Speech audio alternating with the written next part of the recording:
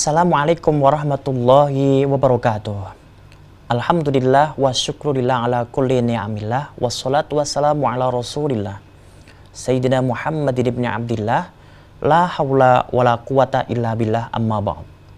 Rabbi shrah li sadri wa yassir li amri wahlul 'uqdatam min lisani yafqahu qawli, amin ya rabbal alamin. Allahumma shalli ala Sayyidina Muhammad al-fatih lima uhlika wal khatim lima sabaqa nasirul haqqi bil haqq wal hadi ila siratikal mustaqim wa ala alihi haqqa qadrihi wa miqdaril azim. Jumpa lagi di Mutiara Iman bersama saya Sholihul Hadi. Tema pagi ini adalah Ramadan adalah bulan Al-Quran.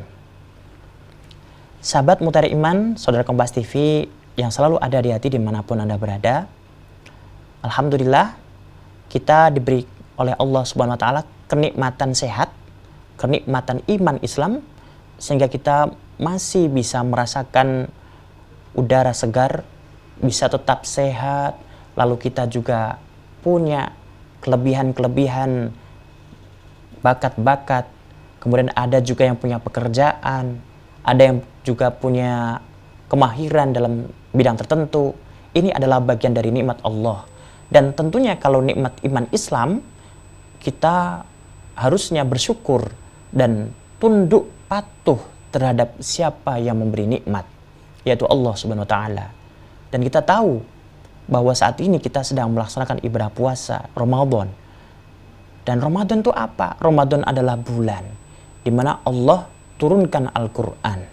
Maka sering kali kita mendengar Ramadan adalah bulan Al-Quran. Firman Allah Subhanahu wa taala di dalam Quran surat Al-Baqarah yang kurang lebih bunyinya begini. A'udzubillahi minasyaitonirrajim. Bismillahirrahmanirrahim. Syahrul Ramadan alladzi unzila fihil Qur'an hudal linnasi wa bayyinatin minal huda wal furqan.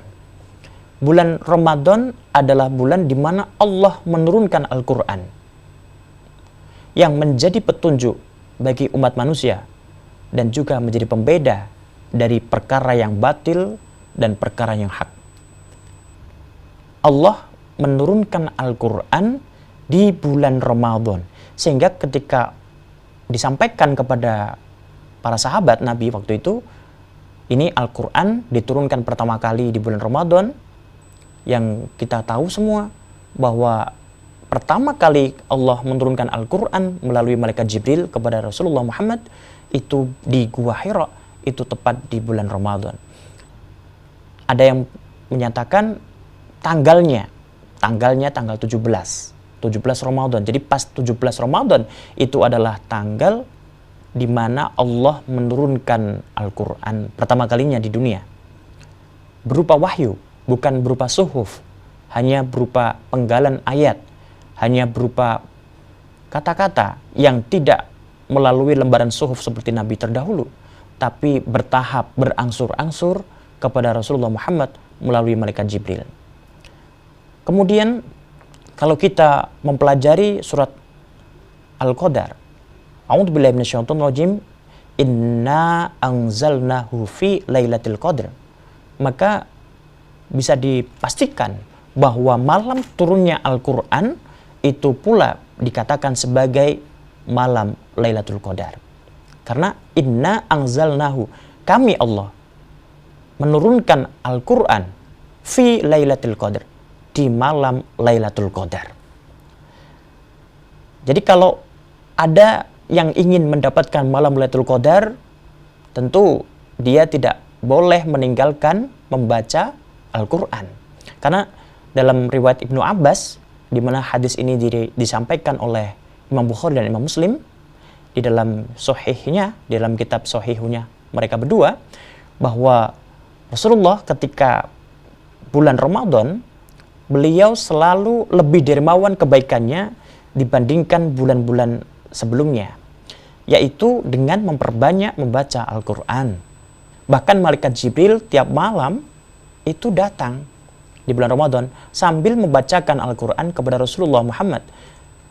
Dan Rasulullah mengajarkan kepada para sahabat diperbolehkannya membaca Al-Quran ketika melaksanakan sholat taraweh. Jadi sholat taraweh dibaca Al-Quran mulai juz 1 hingga akhir, dilakukan setiap malam, ya seperti para sahabat salafus solihin dulu, yaitu dari generasi sahabat, kemudian generasi tabi'in, kemudian generasi tabi'ut tabi'in. Masing-masing di antara mereka rata-rata menghatamkan Al-Quran di bulan Ramadan 1 kali dalam 3 malam, ada yang 1 kali dalam 7 malam, ada juga yang 1 kali dalam 10 malam. Kemudian dipraktekkan oleh salah satu sahabat Nabi yang bernama Al-Aswad. Beliau menghatamkan 2 hari sekali hatam.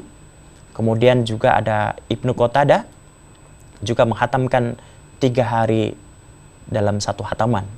Lalu di 10 hari terakhir dipercepat, diperbanyak itu frekuensi membaca Al-Quran, sampai akhirnya bisa setiap 1 hari, 2 hari bahkan, itu bisa menghatamkan Al-Quran.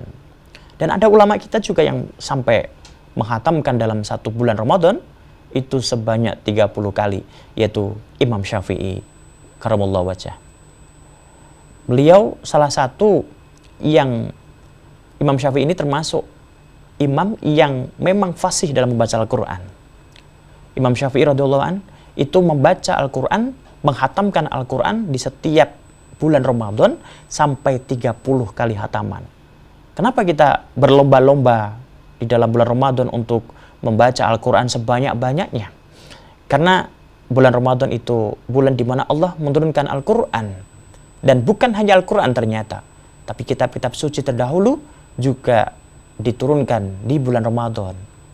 Tanggal 12 Ramadan misalnya kitab Injil, kemudian kitab Zabur, dan kitab Taurat itu pada tanggal 15, dan seterusnya. Itu ada sejarahnya. Tetapi kita bicarakan bahwa bulan Ramadan memang adalah bulan Al-Quran, karena di setiap sudut kampung kita, di masjid musola, di majelis taklim, bahkan di grup-grup WhatsApp, itu semuanya membaca Al-Quran. Ada yang bilang ada program one day, one juz, atau one week, one juz misalnya. Tapi kalau di bulan Ramadan, setiap 1 hari 1 hataman. Semuanya dibaca Al-Quran. Semuanya pada membaca Al-Quran. Setiap grup, setiap individu membaca Al-Quran. Kebanyakan dari mereka itu sangat ingin dan antusias sekali untuk bisa menghatamkan Al-Quran minimal dalam 1 bulan itu 1 kali. Mengapa kok demikian? Ya karena Al-Quran itu turunnya di bulan Ramadan. Sehingga ketika kita berharap Lailatul Qadar, maka perbanyaklah ibadah kepada Allah, terutama membaca Al-Quran. Saudara Kompas TV, jangan kemana-mana, tetap bersama saya setelah jeda berikut ini.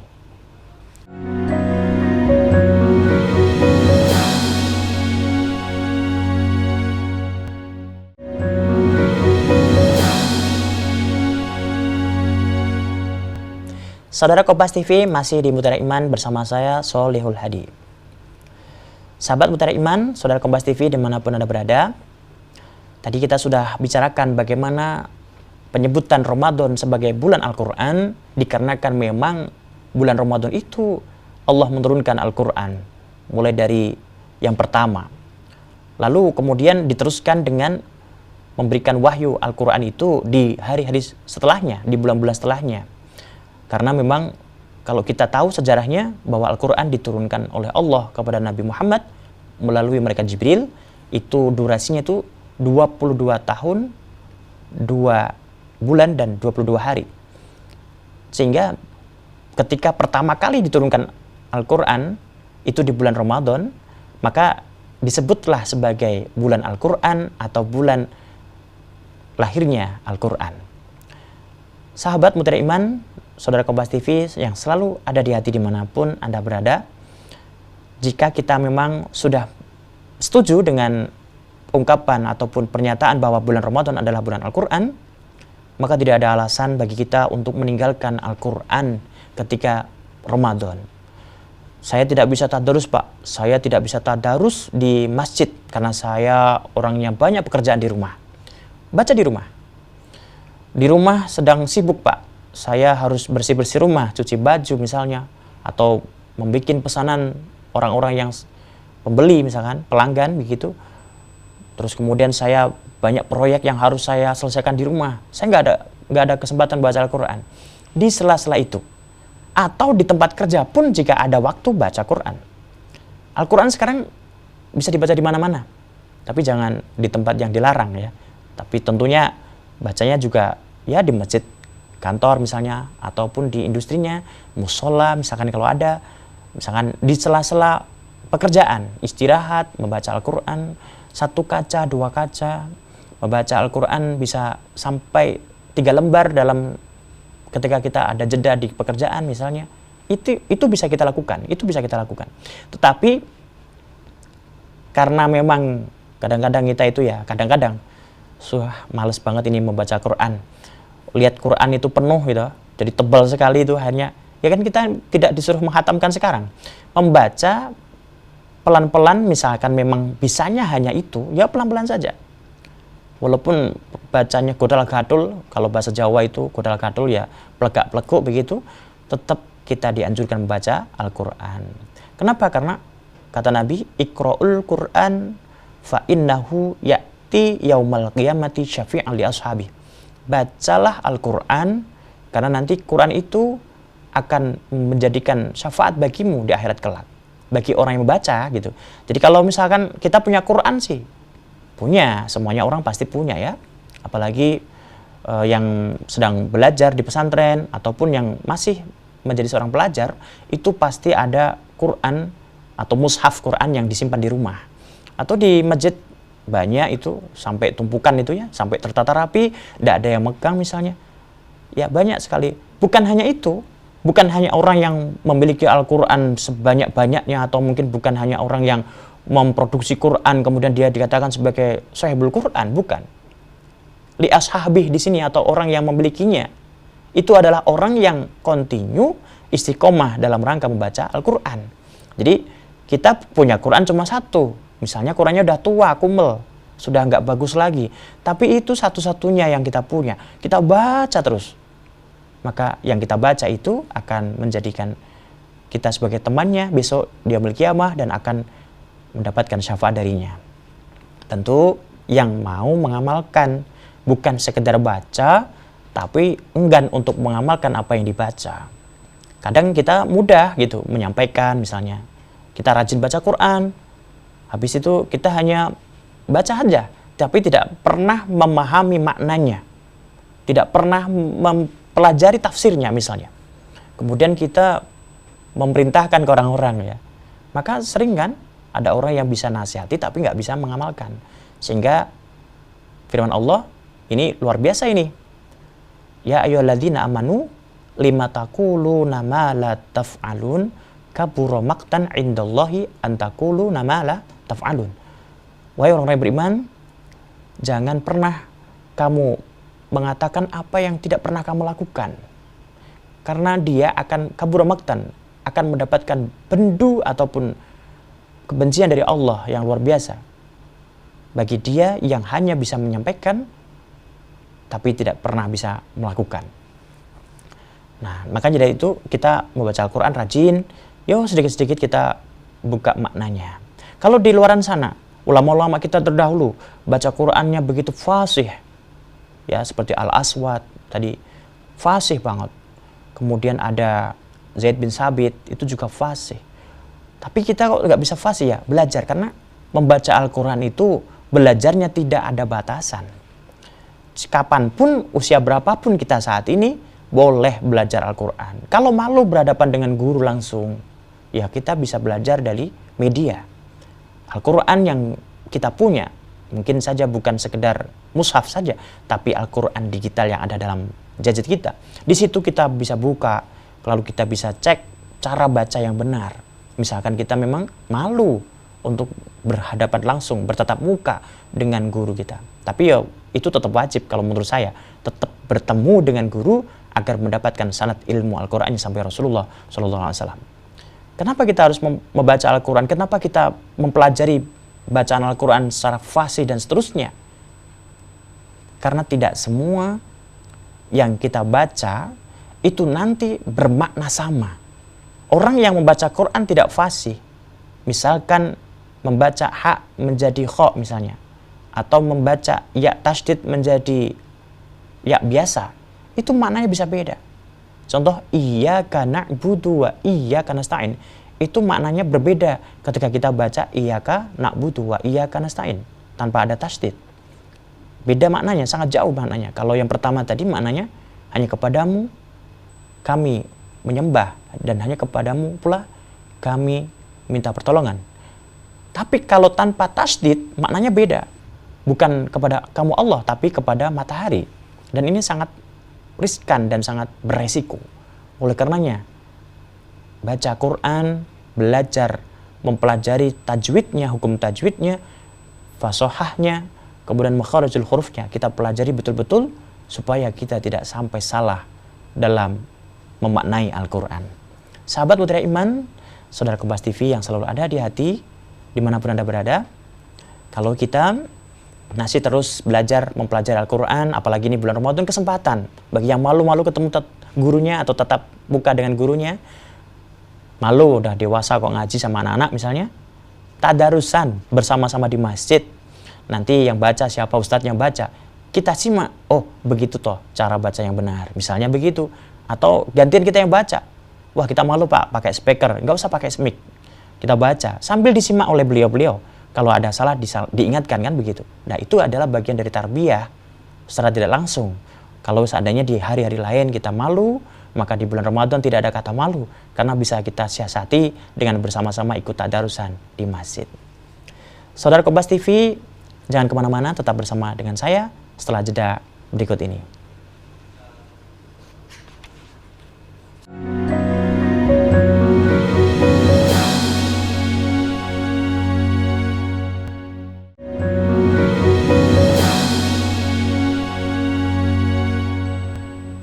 Saudara Kompas TV masih di Mutiara Iman bersama dengan saya, Sholihul Hadi.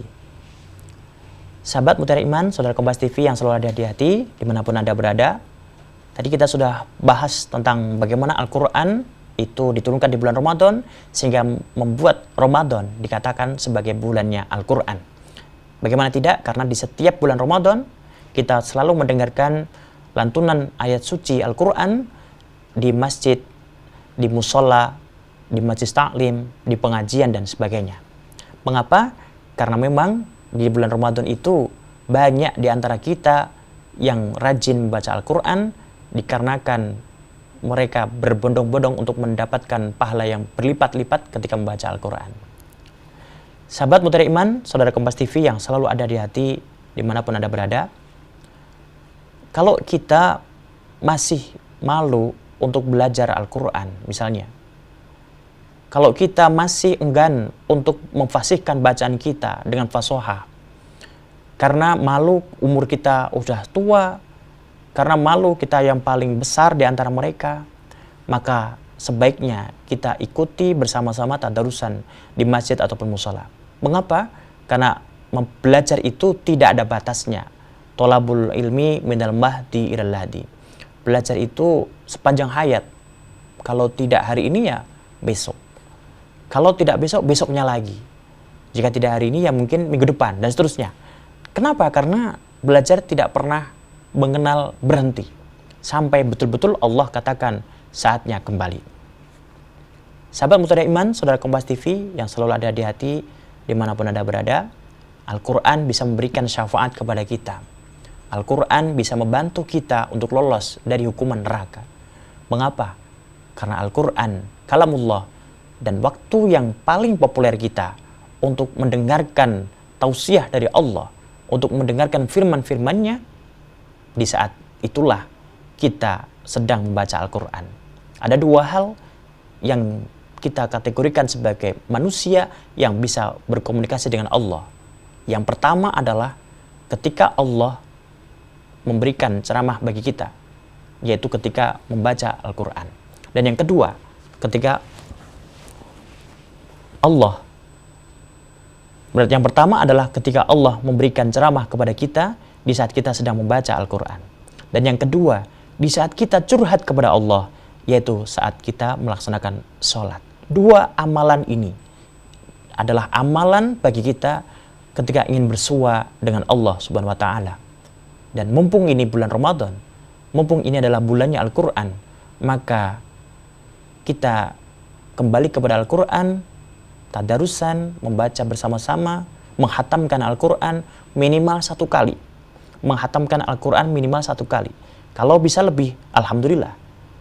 Kalau tidak bisa menghatamkan, paling tidak kita senang terhadap orang yang membaca Al-Quran dengan memberikan sedekahan bagi orang-orang yang bertadarus.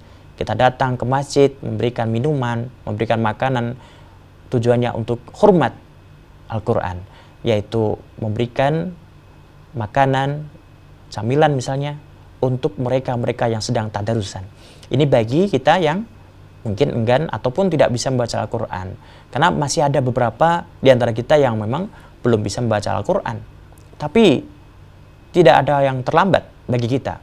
Seandainya betul sampai hari ini belum bisa fasih membaca Al-Quran, tetap belajar melalui media, melalui privat dengan ustadz ataupun ustadzahnya, atau melalui bersama-sama tadarusan di masjid ataupun musola. Karena khawatir, kita sangat khawatir betul jika kita itu tidak punya sahabat Al-Quran besok di akhirat. Manusia itu punya mitigasi. Amal ibadah kita bisa hilang, bisa terbakar habis karena perilaku kita sendiri. Seperti hasud bisa menghapus amal kita, bisa menghapus pahala kita. Nah, di saat itulah ada yang bisa membantu kita untuk selamat dari mitigasi atau kebangkrutan besok di akhirat.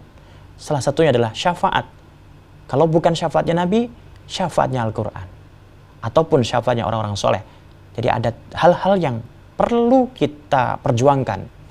Jika hari ini ada di antara para sahabat yang masih ragu terhadap Al-Quran, apakah nanti bisa membantunya, maka keraguan itu hilangkan.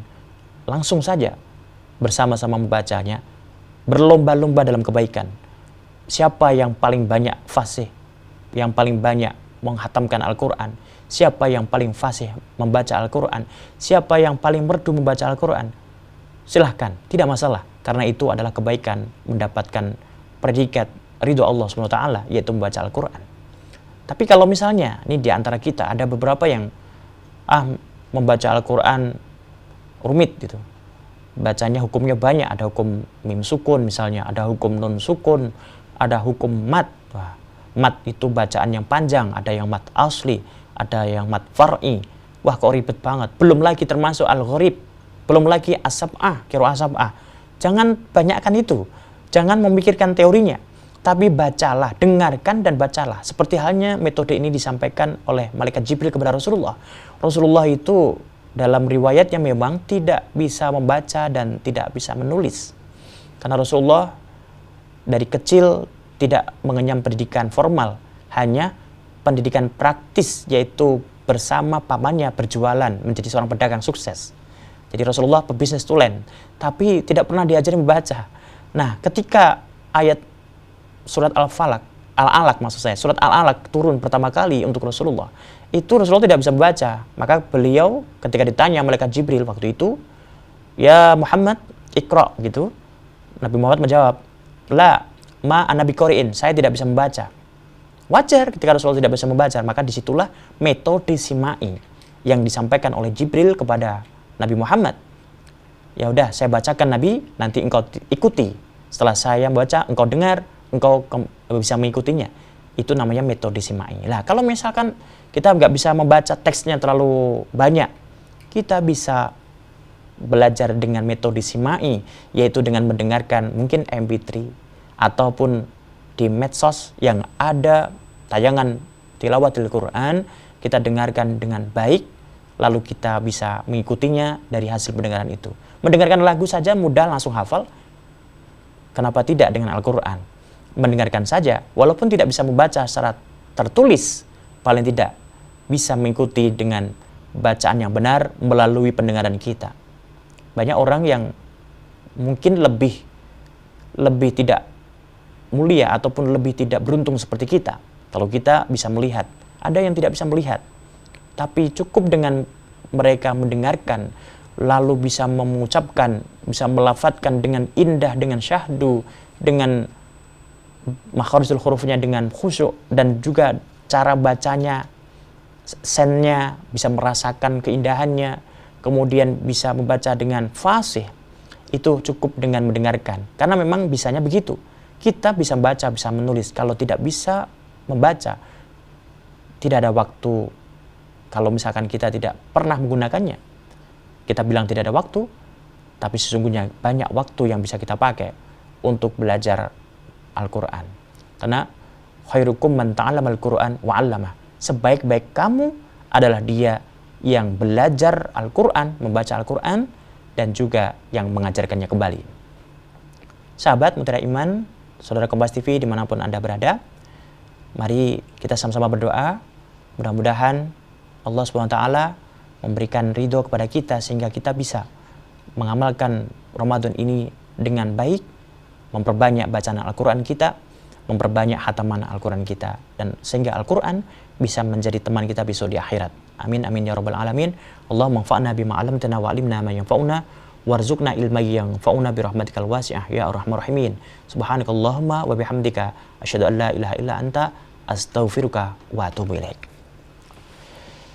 Saudara, tetap di Mutiara Iman bersama kami di Kompas TV, kecintaan kita semua. Saya undur diri. Wallahul muwaffiq ila aqwamit thoriq. Wassalamualaikum warahmatullahi wabarakatuh.